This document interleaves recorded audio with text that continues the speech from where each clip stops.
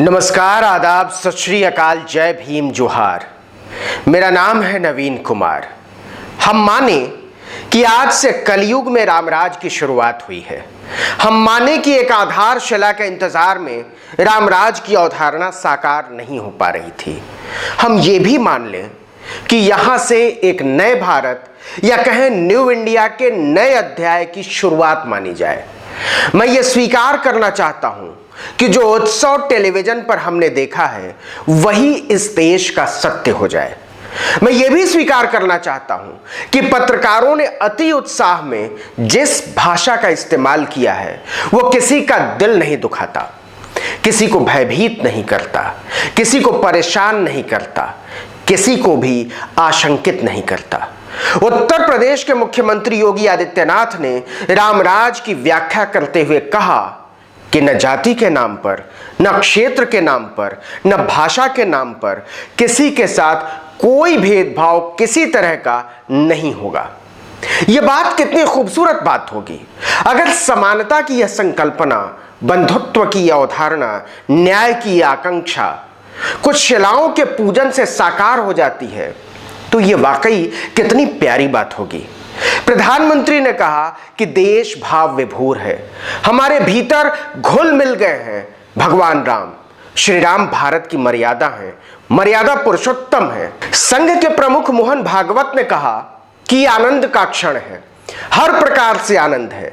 और वो यहां तक गए कि भारत को आत्मनिर्भर बनाने के लिए जिस आत्मविश्वास की जरूरत थी उसका शुभारंभ हो रहा है। उन्होंने ये भी कहा कि यहां सबके प्रति सज्जनता का व्यवहार होता है। हम इन सारी बातों की व्याख्या में नहीं जाते, इसकी अनुशंसा और आलोचना में भी नहीं जाते, लेकिन हम बस इस विश्वास को अपने दिलों में उतारने की कोशिश कर रहे हैं कि इस मौके पर भेदभाव रहित समाज के जो नारे बार बार उछाले गए हैं उनके पीछे आशंका का कोई कारण नहीं है। हम इस मौके पर बहुत मुलायमियत के साथ पूछना चाहते हैं कि क्या इस रामराज में डॉक्टर कफील को भी न्याय मिलेगा? उनके प्रति दुर्भावना के तहत धार्मिक नफरत के मारे जो घृणास्पद कार्रवाई की गई है उसे आदित्यनाथ वापस ले लेंगे। हम इस मौके पर पूछना चाहते हैं कि भीम आर्मी के चंद्रशेखर के खिलाफ जातिगत कारणों से जो कार्रवाई की गई है और जो जारी है उस पर फिर से विचार होगा। हम इस मौके पर पूछना चाहते हैं कि इस रामराज में राम के भक्त क्या सफूरा जरगर की कोख, उसके मातृत्व, उसके स्वाभिमान की तौहीन करने वालों को सजा मिलने लगेगी? हम इस मौके पर पूछना चाहते हैं कि क्या 9 महीने तक जेल में बंद रखे गए दलित डॉक्टर सतीश से छीने गए स्वाभिमान के लिए सत्ता श्री राम से प्रेरणा लेते हुए माफी मांग लेगी? क्या इस देश की सैकड़ों बेटियां जिन्हें हक की आवाज उठाने के जुर्म में जेलों में ठूंसने की जलील कोशिश की गई है उसे खारिज कर दिया जाएगा? हम पूछना चाहते हैं कि इस देश के जिन गरीबों की पीठ पर रोटियां मांगने के जुर्म में लाठियां बरसाई गई हैं उनके सामने मर्यादा पुरुषोत्तम का उदाहरण रखा जाएगा? ये सारे सवाल मैं इसलिए सामने रख रहा हूं कि राम और रामराज की व्याख्या हजारों संतों ने अपने अपने तरीके से की है, अभी भी कर रहे हैं, आगे भी करते रहेंगे। लेकिन यह देश राम के मर्यादा पुरुषोत्तम स्वरूप को समझने और धारण करने वाले एक राजा के इंतजार में है। और अगर वाकई मंदिर के शिलान्यास से योगी या मोदी ने मर्यादा पुरुषोत्तम होने के भाव को भी समझ लिया है तो शायद वो भी समझते होंगे कि राम तो सुग्रीव को भी बाली के कारागार से स्वतंत्र कराने की मर्यादा है, सुग्रीव की पत्नी से छीना हुआ स्वाभिमान वापस दिलाने की मर्यादा है, विभीषण के न्याय को तार्किक परिणति तक पहुंचाने की मर्यादा है। फिर यहां तो जेलें भी इनकी, चौराहों पर चिपकाए गए पोस्टर भी इनके, रासूका भी इनका, जोर भी इनका, जुल्म भी इनका। प्रधानमंत्री ने राम का नाम लेकर कहा खास तौर पर कि चिकित्सकों की सदैव रक्षा होनी चाहिए। तो क्या डॉक्टर कफील को एक वर्ग विशेष या कहें धर्म विशेष के प्रति नफरत के मारे जबरन जेल में ठूंसे रखने के लिए जो आधार कायम किए गए हैं उन पर राज्य शर्मिंदा होगा? क्या यह देश उम्मीद कर सकता है कि चंद्रशेखर लावण को संविधान लेकर खड़े होने के एवज में जेल में नहीं डाला जाएगा, उनके 60 से ज्यादा साथियों पर मुकदमा नहीं कर दिया जाएगा। क्या यह देश उम्मीद कर सकता है कि राम मंदिर के शिलान्यास के बाद इस देश में वाल्मीकि के मंदिर नहीं तोड़े जाएंगे, पेरियार की मूर्तियां नहीं गिराई जाएंगी, बाबा साहब की प्रतिमा नहीं तोड़ी जाएगी, सावित्रीबाई फुले की मूर्तियों को नहीं खंडित किया जाएगा? क्या यह देश उम्मीद कर सकता है? क्या यह देश उम्मीद कर सकता है कि वरवर राव जैसे कवियों को भी इस रामराज के न्याय को महसूस करने का अवसर मिलेगा?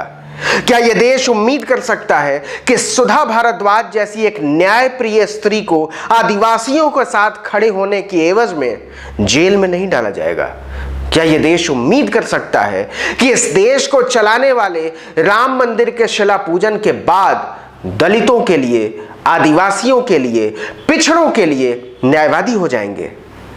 क्योंकि यह वही देश है जहां एक दलित बच्चे को गांव के मंदिर में घुस जाने पर गोली मार दी जाती है। क्योंकि यह वही देश है जहां मुसलमान होने के कारण पहलू खान को मारा गया। क्योंकि यह वही देश है जहां पहलू खान के हत्यारे आजाद घूमते हैं। यह वही देश है जहां अखलाक को मुसलमान होने के कारण मारा गया और उनके हत्यारे आजाद हैं।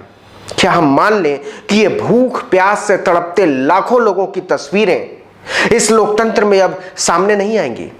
क्या हम मान लें कि अब शहर के मवाली किसी इंस्पेक्टर सुबोध को गोली नहीं मारेंगे और सत्ता उनका स्वागत नहीं करेगी? क्या हम मान लें कि कोई मंत्री गुंडों को माला नहीं पहनाएगा? क्या हम मान लें कि अब किसी हत्यारे पर तिरंगे का कफन नहीं डाला जाएगा? इसको भी छोड़िए, क्या हम विश्वास करें कि इस नए दौर में कोई पुलिस वाला किसी रेहड़ी वाले का केला नहीं लूटेगा? क्या हम विश्वास करें कि इस दौर में कोई पुलिस वाला किसी सब्जी वाले का ठेला नहीं पलटेगा? क्या हम विश्वास करें कि इस देश में कोई प्रवक्ता किसी टीवी चैनल पर बैठकर मस्जिदें तोड़ने की धमकी नहीं देगा? क्या हम विश्वास करें कि टीवी चैनलों के दंगाई एंकर मुसलमानों को नीचा नहीं दिखाएंगे, दलितों को नीचा नहीं दिखाएंगे, आदिवासियों को नीचा नहीं दिखाएंगे? क्या हम विश्वास करें कि एक सहिष्णु, न्यायप्रिय, समतामूलक, बंधुत्व आधारित गणतंत्र में तब्दील हो चुके हैं? मुझे नहीं मालूम कि आपका उत्तर क्या है, लेकिन अगर यह सब एक मंदिर के शिला पूजन के इंतजार में अटका हुआ था तो फिर संविधान क्या था? आजादी क्या थी? लोकतंत्र क्या है? नागरिक क्या है? मनुष्यता का बोध क्या है? सोचिएगा इस पर। अंत में तुलसी का ही एक दोहा रामचरितमानस के अयोध्या कांड से, जासु राज प्रिय प्रजा दुखारी, सो नृपु अवसि नरक अधिकारी। इसकी व्याख्या आप खुद करिए, मैं ये आप पर छोड़ता हूं। मैं सिर्फ इतना कहूंगा कि जिस मनुष्यता और बराबरी के बिना रामराज छोड़िए लोकतंत्र की सूरत भी नहीं बनती, वो अभी भी हमसे बहुत दूर है। डॉक्टर कफील, सुधा भारद्वाज, आनंद तिल तुम्बड़े, सफूरा जरगर या चंद्रशेखर को जेलों में डालकर हम कुछ भी हासिल नहीं कर पाएंगे। चाहे आप हजारों मंदिर बनवा लें, आसमान तक नारे उठा लें, सीता की अग्नि परीक्षा की वंदना और नारी स्वाभिमान के नारे एक साथ नहीं चल सकते, कभी नहीं चल सकते। माफ कीजिएगा प्रधानमंत्री जी, तुलसी की बिनु भय हो ही न प्रीत एक राजा की सोच हो सकती है। लोकतंत्र तो भयमुक्त समाज की अवधारणा है। आप में से किसी का दिल दुखा हो, आप आहत हुए हों, तो माफी चाहता हूं, मेरा ऐसा कोई इरादा नहीं था। मैंने तो सिर्फ एक मनुष्य के तौर पर अपनी बात रखने की कोशिश की है। इस पर आप भी सोचिएगा। इस वीडियो में इतना ही, लेकिन ऐसे तमाम वीडियो के लिए हमारे आर्टिकल 19 इंडिया को सब्सक्राइब कीजिए, लाइक कीजिए, शेयर कीजिए, कमेंट कीजिए। नमस्कार।